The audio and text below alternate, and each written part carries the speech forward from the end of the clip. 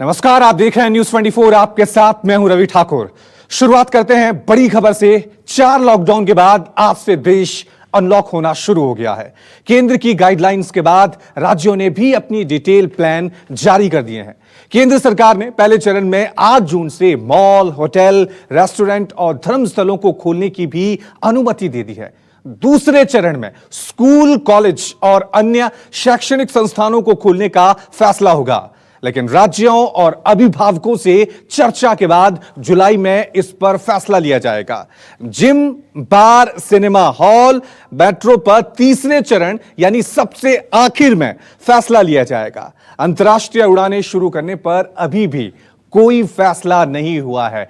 तो 4 लॉकडाउन के बाद आज से पूरे भारतवर्ष में अनलॉक होने की प्रक्रिया शुरू हो गई है, क्योंकि लॉकडाउन 5 को सरकार ने नाम दिया है अनलॉक 1, यानी कि अब धीरे धीरे जो सख्तियां आप पर लगी हुई थी, आज से उनके हटने की प्रक्रिया पूरे देश में शुरू हो गई है। अनलॉक 1 को लेकर केंद्र की गाइडलाइन को फॉलो करते हुए तमाम राज्यों ने अपने अपने गाइडलाइंस भी जारी कर दी हैं। दिल्ली सरकार भी डिटेल प्लान आज जारी कर सकती है। दोपहर 12 बजे दिल्ली सरकार की प्रेस कॉन्फ्रेंस है।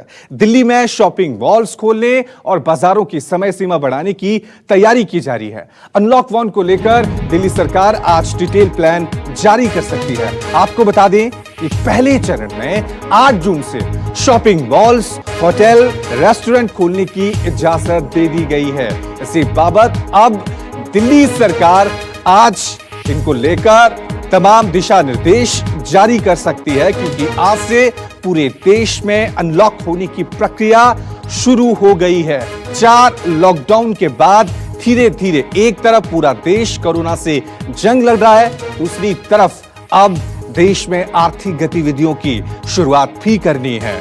तो लगातार 2 मोर्चे पे हर एक भारतवासी को लड़ना है, जिसके लिए लोग भी तैयार हैं और सरकारों ने भी अपनी अपनी रणनीति बनाना शुरू कर दिया है। दिल्ली सरकार की आज दोपहर 12 बजे प्रेस कॉन्फ्रेंस है, जिसके बाद दिशा निर्देश जारी होंगे कि जो अनलॉक 1 है उसके तहत दिल्ली में क्या क्या खुलने जा रहा है, क्योंकि केंद्र सरकार ने, गृह मंत्रालय ने अपनी गाइडलाइंस जो हैं वो जारी कर दी हैं।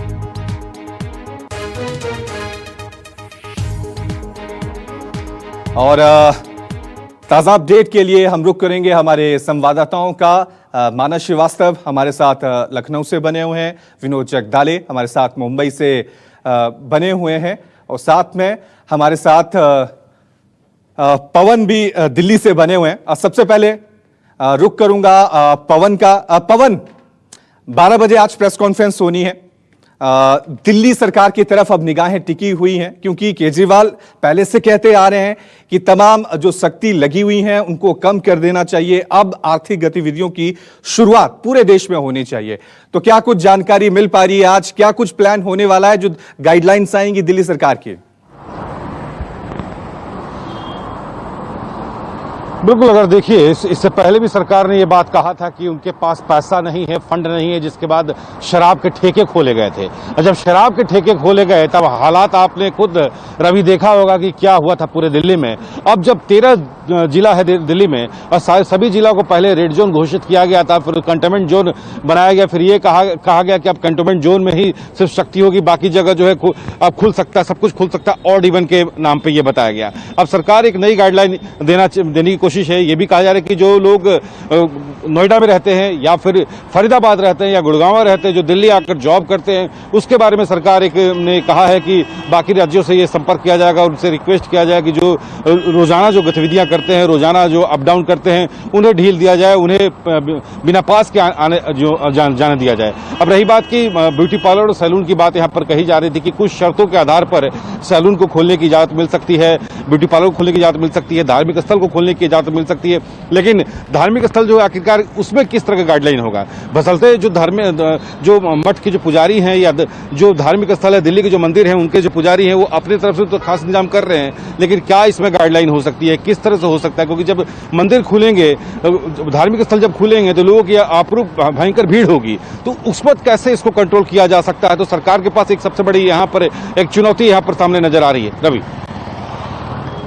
बहुत बहुत शुक्रिया पवन, तमाम जानकारी के लिए, और तमाम जो रिपोर्टर्स हैं वो हमारे साथ बने रहेंगे, उनसे अपडेट आगे भी लेंगे। लेकिन उससे पहले एक बड़ी खबर आपको बता दें, मोदी सरकार की आज कैबिनेट की बैठक है। ये बैठक सुबह 11:30 बजे शुरू होगी और प्रधानमंत्री आवास पर यह बैठक होने जा रही है। बताया जा रहा है कि बैठक में कुछ बड़े और ऐतिहासिक फैसले लिए जा सकते हैं। सुबह 11:30 बजे यह बैठक शुरू होगी और कहा यह जा रहा है कि इस बैठक में कुछ बड़े और ऐतिहासिक फैसले लिए जा सकते हैं। कैबिनेट की यह बैठक है। जिस तरह से पूरे देश में आज से अनलॉक होने की प्रक्रिया शुरू हो गई है, उसको देखते हुए यह बैठक काफी महत्वपूर्ण है। सुबह 11:30 बजे यानी थोड़ी देर बाद ही, लगभग 1.5 घंटे के बाद यह बैठक शुरू होने जा रही है। प्रधानमंत्री आवास पर यह बैठक होने जा रही है। अब देखना यह है कि वो ऐतिहासिक फैसले क्या होंगे, क्या नतीजे आएंगे इस बैठक के बाद। चलिए इस खबर पे और ज्यादा अपडेट के लिए सीधा रुख करते हैं हमारे संवाददाता अमित का। अमित, क्या कुछ जानकारी मिल पा रही है इस बैठक के बाबत? देखिए, आमतौर पर बुधवार को बैठक होती है, लेकिन आज सोमवार को, और आप कह सकते हैं कि मोदी सरकार 2 का जो 1 साल खत्म हुआ है, 30 तारीख को पहला साल था और उसके दूसरे साल का ये पहला कैबिनेट है। और जो जानकारी मिल रही है सूत्रों के हवाले से कि बहुत ही बड़े और निर्णायक फैसले कुछ लिए जा सकते हैं इस कैबिनेट में, जिसके बारे में कहा जा रहा है कि जो ट्रांसफॉर्मेटिव इम्पैक्ट जिसका होगा, बहुत बड़े बदलाव का असर उस पर दिखेगा और इस तरह के कुछ फैसले होंगे।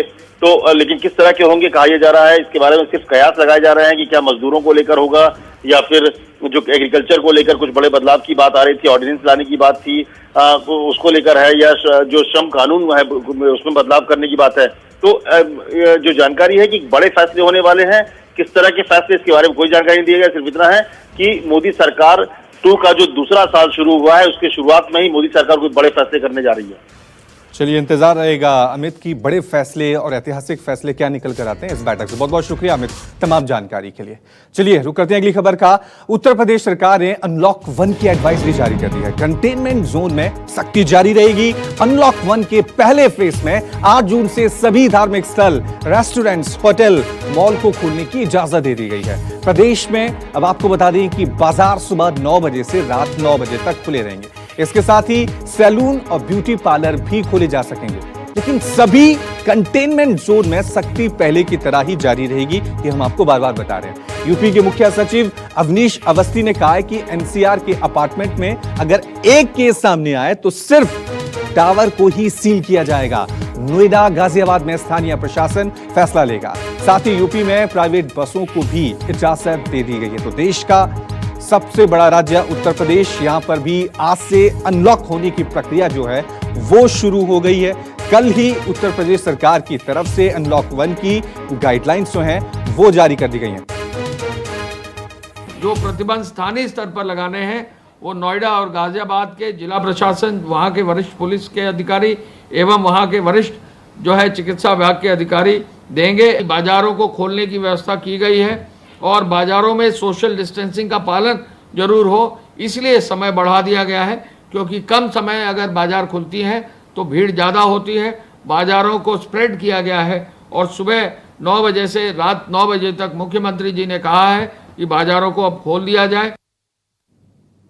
चलिए उत्तर प्रदेश की ताजा अपडेट के लिए अब सीधा रुक करते हैं हमारे संवाददाता मानस श्रीवास्तव का। मानस, आज से देश के सबसे बड़े राज्य उत्तर प्रदेश में अनलॉक होने की प्रक्रिया शुरू हो गई है। क्या अभी आपको हलचल नजर आ रही है? क्या क्या अनलॉक हो गया है? किस तरह से दोबारा अब जिंदगी उत्तर प्रदेश में शुरू हो रही है?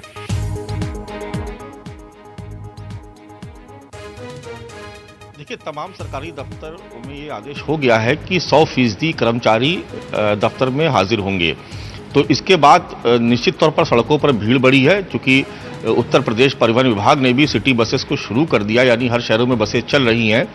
तो थोड़ा बहुत तो भीड़ भाड़ दिखाई पड़ रही है, लेकिन अभी 10 बजा है और अभी थोड़ी देर बाद जब बाजार खुल जाएंगे तब देखना होगा कि किस तरीके की भीड़ नजर आती है, क्योंकि सुबह से ही हमने देखा कि तमाम दुकानें खुलना शुरू हो गई थी और कुछ कुछ जगहों पर जाम की स्थिति भी नजर आई।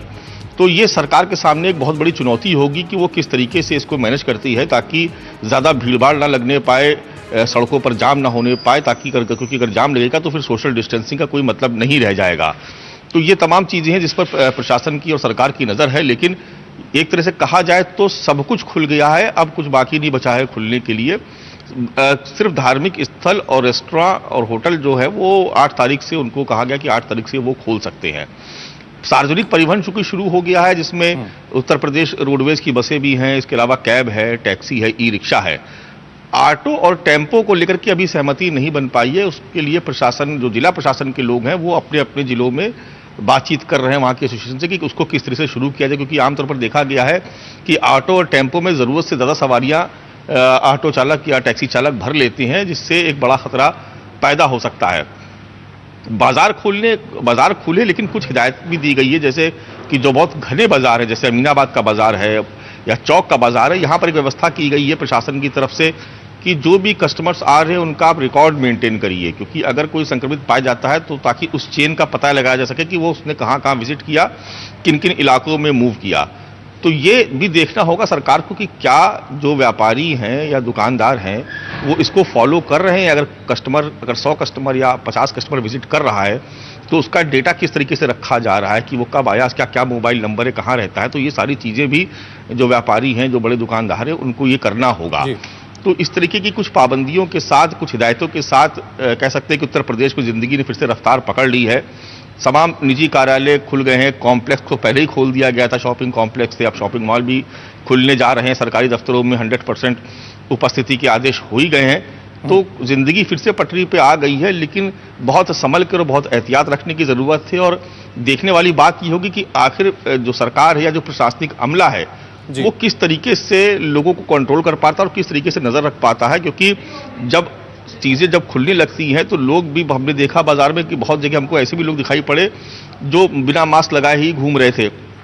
तो सरकार को देखना होगा कि ये किस तरीके की जो मानक जो तय किए गए उनका पालन ढंग से हो रहा है, नहीं हो रहा, ये एक बड़ी जिम्मेदारी प्रशासनिक अमले की होगी रवि। अब जो है 2 मोर्चे पे लड़ाई शुरू हो गई है हर एक भारतवासी की। पहली ये कि अब तो आर्थिक गतिविधियां जो हैं वो हमको अब शुरू करनी है। दूसरी ये कि एक तरफ अब कोरोना से जो जंग है वो अब भी जारी है, तो दोनों काम अब शुरू हो गए हैं। क्योंकि पहले लॉकडाउन था तो तमाम लोग जो थे वो घर में बैठे हुए थे, लेकिन अब कामकाज भी शुरू करना है, नौकरी पे भी जाना है, उद्योग धंधे भी शुरू करने हैं और दूसरी तरफ कोरोना से भी लड़ना है। तो ये अपने आप में बहुत बड़ी चुनौती है। तो मानस आप हमारे साथ बने रहे, हमारे साथ और संवाददाता भी बने हुए हैं। रुक करते हैं महाराष्ट्र का, क्योंकि महाराष्ट्र में कुछ छूट के साथ लॉकडाउन 30 जून तक बढ़ा दिया गया है। सरकार की गाइडलाइन के मुताबिक रात 9 बजे से सुबह 5 बजे कर्फ्यू जो है वो जारी कर दिया गया है। हालांकि महाराष्ट्र पूरे देश में कोरोना का सबसे बड़ा हॉटस्पॉट बना हुआ था, क्योंकि महाराष्ट्र और खासकर मुंबई में सबसे ज्यादा कोरोना संक्रमण के मामले देखने को मिल रहे थे। यही वजह है कि महाराष्ट्र सरकार ने लॉकडाउन को 30 जून तक बढ़ा दिया है। सरकार की गाइडलाइन के मुताबिक रात 9 बजे से सुबह 5 बजे तक कर्फ्यू जारी रहेगा। 8 जून से 10% स्टाफ के साथ निजी ऑफिस खोले जा सकेंगे। वहीं धार्मिक स्थल, होटल, शॉपिंग मॉल, रेस्टोरेंट बंद रहेंगे। वहीं महाराष्ट्र में सैलून, ब्यूटी पार्लर को खोलने की इजाजत फिलहाल नहीं दी गई है। सीएम उद्धव ठाकरे ने राज्य के अधिकारियों को निर्देश दिया है कि कोरोना का एक भी मामला छिपना नहीं चाहिए। आपको बता दें कि महाराष्ट्र में अनलॉक को 3 चरणों में लागू किया जाएगा।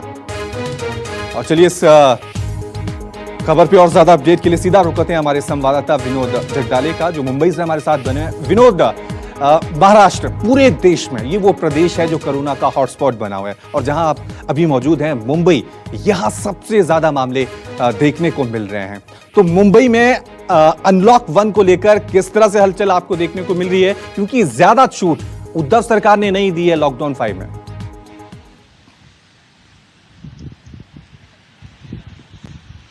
देखिए, अनलॉक 1 को लेकर कल महाराष्ट्र के मुख्यमंत्री उद्धव ठाकरे ने इसके बारे में संबोधन किया है और बताया कि किस प्रकार से महाराष्ट्र सरकार आगे काम करने वाली है। देखिए, 3 जून, 5 जून और 8 जून इन 3 तारीखों को अलग अलग इसको सेक्टर को वहां पर राहत मिलने वाली है।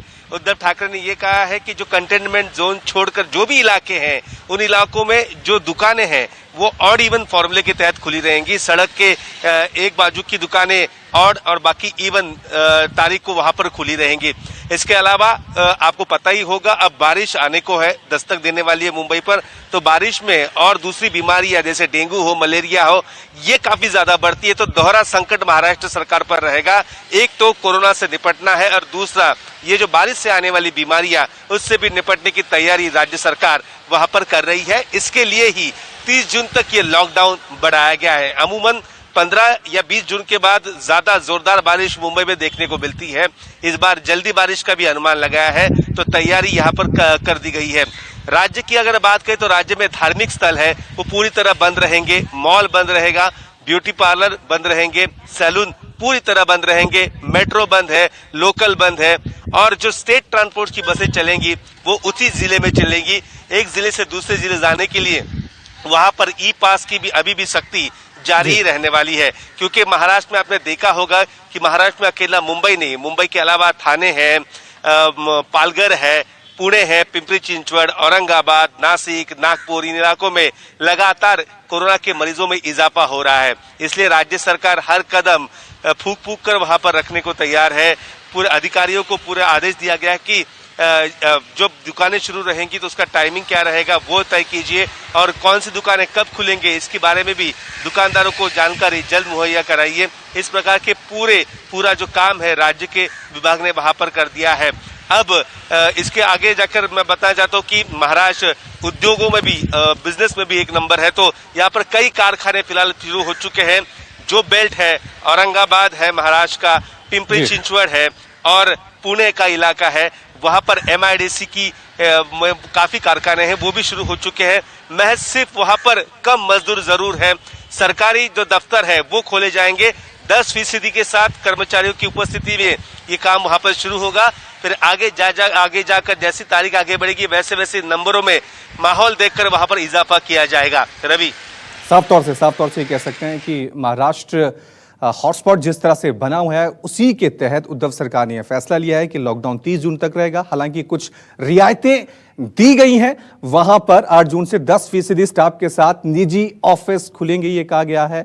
और साथ में आपको बता दें कि मुंबई वो सबसे बड़ा हॉटस्पॉट बना हुआ है और एक के बाद एक बड़ी दर्दनाक खबरें हैं वो मुंबई से आ रही हैं। अब रुक करते हैं बिहार का, क्योंकि हमारे साथ सौरभ कुमार बड़ी देर से बने हुए हैं। सौरभ, बिहार में अनलॉक 1 को लेकर किस तरह से हलचल आपको देखने को मिल रही है? बिहार सरकार ने जो गाइडलाइंस कल ही जारी कर दी थी जिसमें ज्यादा छूट नजर नहीं आ रही थी, तो आज आपको क्या देखने को मिल रहा है पटना में? जी बिल्कुल रवि, मैं आपको बताना चाहूँगा देश के साथ साथ आज बिहार में भी अनलॉक 1 की शुरुआत हो चुकी है। लेकिन सुबह से पटना के गंगा घाट में जो तस्वीर सामने आ रही है बिल्कुल हैरान करने वाली है, क्योंकि हजारों की संख्या में जो श्रद्धालु हैं वह गंगा घाट पे पहुंच रहे हैं। मैं बताना चाहूँगा कि आज गंगा दशहरा है, उसको लेकर श्रद्धालुओं में एक होड़ लगी है गंगा स्नान करने की। हजारों की संख्या में जो श्रद्धालु हैं वह गंगा घाट पहुँच रहे हैं और लोगों में सोशल डिस्टेंस नाम का कोई भी चीज़ नहीं है, ना ही किसी ने मास्क लगाया है। सबसे बड़ी बात है कि यह बेहद खतरनाक है। मैं आपको पिछले 24 घंटे के बारे में बताना चाहूँगा। पिछले 24 घंटे में 250 से ज़्यादा मामले आ चुके हैं पूरे बिहार में और अभी तक पूरे बिहार की अगर बात करें तो 3800 का जो आंकड़ा था वह पार कर चुका है। तो निश्चित रूप से यह जो तस्वीर सुबह सुबह सामने आई है यह हैरान करने वाली है। और सबसे बड़ी बात है कि आज जो केंद्र सरकार ने गाइडलाइन जारी किया था लॉकडाउन अनलॉक 1 का, उसी को पालन कर रही है बिहार सरकार ने। बिहार सरकार ने हालांकि अलग से कोई गाइडलाइन नहीं जारी किया है। इसके साथ ही बिहार में यानी पटना में जितनी भी दुकानें हैं वह आज से खुल जाएगी और सुबह 9 बजे से खुलेगी और रात में 9 बजे तक खुली रहेगी। तो निश्चित रूप से पटना की सड़कों पर भीड़ काफ़ी ज़्यादा बढ़ गई है। इसके अलावा अगर इंटर स्टेट बस की बात करें तो उसका भी परिचालन आज से शुरू हो चुका है। तो निश्चित रूप से जो बस अड्डे हैं वहाँ भी भीड़ काफ़ी बढ़ गई है। लेकिन यह बेहद खतरनाक है बिहार के आम लोगों के लिए, क्योंकि कोरोना मरीज की जो संख्या है वह भी लगातार काफ़ी तेज़ी से बढ़ रही है। जी साफ तौर से सौरभ, जो तस्वीरें आप दिखा रहे हैं वो अपने आप में एक तरह से सवाल भी कर रहे हैं कि बेशक देश में आज से अनलॉक 1 होने की प्रक्रिया शुरू हो गई है, लेकिन अब भी कोरोना से जंग हमारी जारी है, इसलिए सोशल डिस्टेंसिंग, मास्क पहनना, ये तमाम जो आदतें हैं उनको छोड़िएगा मत, क्योंकि कोरोना को अभी हमें हर हाल में हराना है। बहुत बहुत शुक्रिया आप सभी का हमारे साथ जुड़ने के लिए और तमाम जानकारी देने के लिए।